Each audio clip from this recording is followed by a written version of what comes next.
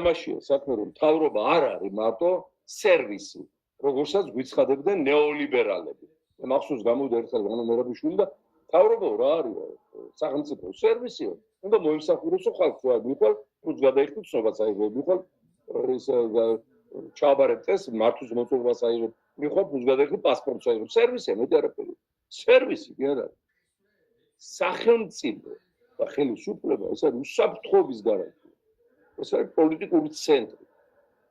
ეს არის ადგილი, სადაც ნერვებით, ვენებით, არტერიებით, სიცოცხლე თუ არ მიბმული.